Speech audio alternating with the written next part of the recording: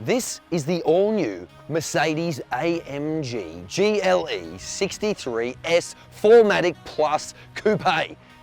But I reckon it's a lot simpler and more appropriate to simply call it the Beast. Powered by a blistering 450 kilowatt twin-turbo V8, this is a genuine brute in a suit that puts the sport in SUV like few other high-riding crossover wagons. But surely this lavish 5-seat colossus has an Achilles heel. Let's find out.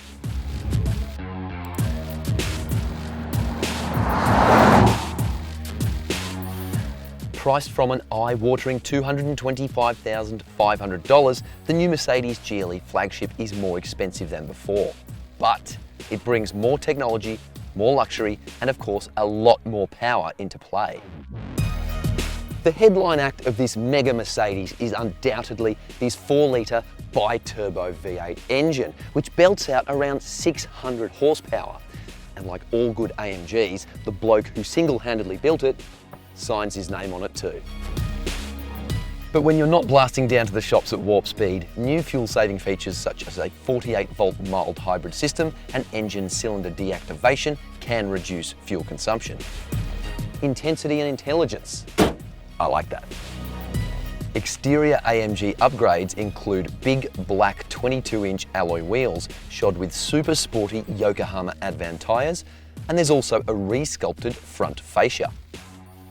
I like that Mercedes has included this Panamericana grille, which is a nod to some of the most iconic Mercedes ever built. You've got twin power domes on the bonnet and a new rear bumper with diffuser, integrated quad exhaust system, and even a little lip spoiler. Completely reworked suspension with adaptive shock absorbers underpin the vehicle, along with active body roll compensation. High-performance composite brakes are added, and there's active engine mounts as well.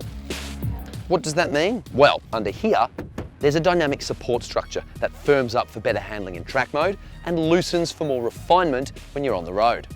Simple, really. Okay, this is really, really nice. And I'm going to start with the new AMG multi-contour seats.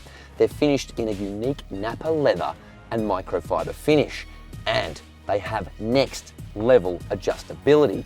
And I've got to say, they're super comfortable, whether you're going hardcore on twisty roads or you're just cruising. Oh, and they've also got a massage function, naturally. I love the racetrack-inspired 12 o'clock marker on the flat bottom steering wheel. And while the infotainment carries over from regular GLE models, it's pretty damn good to start with and gets new data logging and AMG functions. There's all the usual mod cons, like wireless phone charging, AI-driven voice controls, quad-zone climate control, heated and cooled seats, a premium Burmester stereo, and a gargantuan panoramic glass sunroof. Mercedes has outdone itself in terms of amenity. There's loads of storage options, including massive door pockets, and you've got 2 large cup holders here, heated and cooled, I will add, and a large central bin USB ports phone holder. It's impressive. Backseat room is impressive with good leg room, but so-so headroom. You get a fold-out armrest, climate control, twin USB ports, there's even air vents, and the coolest coat hook ever. Boot space is remarkably generous and versatile. There's enough room here for all your gear, and you can even lower the rear end via the air suspension. And I love the fact that there's a space saver spare. All right, time to cue the music.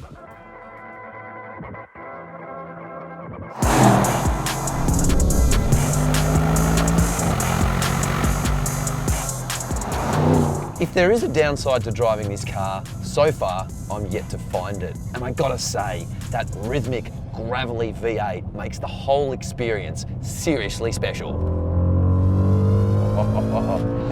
The twin-turbo V8 with its selectable performance exhaust gives you push-button access to one of the best V8 war cries this side of an HQ Monaro. And for a vehicle that weighs just over 2.6 tonnes, when empty, it is brutally rapid.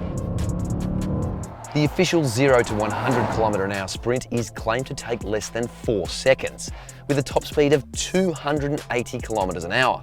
and it certainly feels capable of such insane velocities.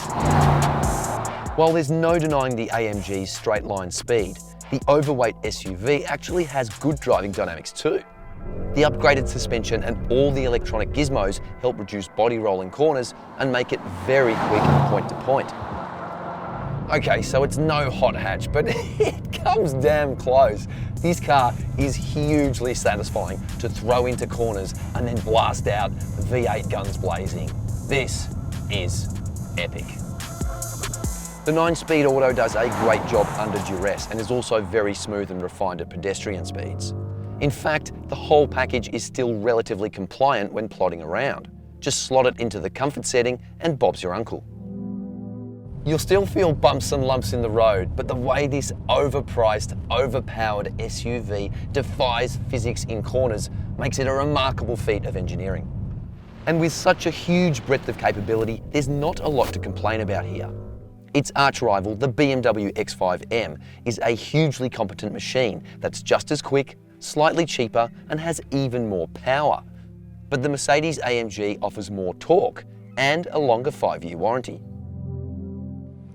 So, does Mercedes' beefed up AMG SUV have an Achilles heel? Extravagant pricing and fuel consumption perhaps, and that plastic gear lever I do not like. And I gotta say, the mild hybrid tech, it doesn't have much of an effect on such a big, heavy machine. But that won't stop AMG fans from snapping up the finest high-performance SUV ever produced by Mercedes.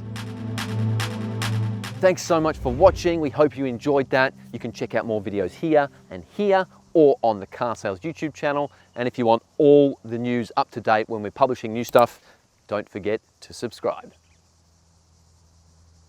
That's a good one.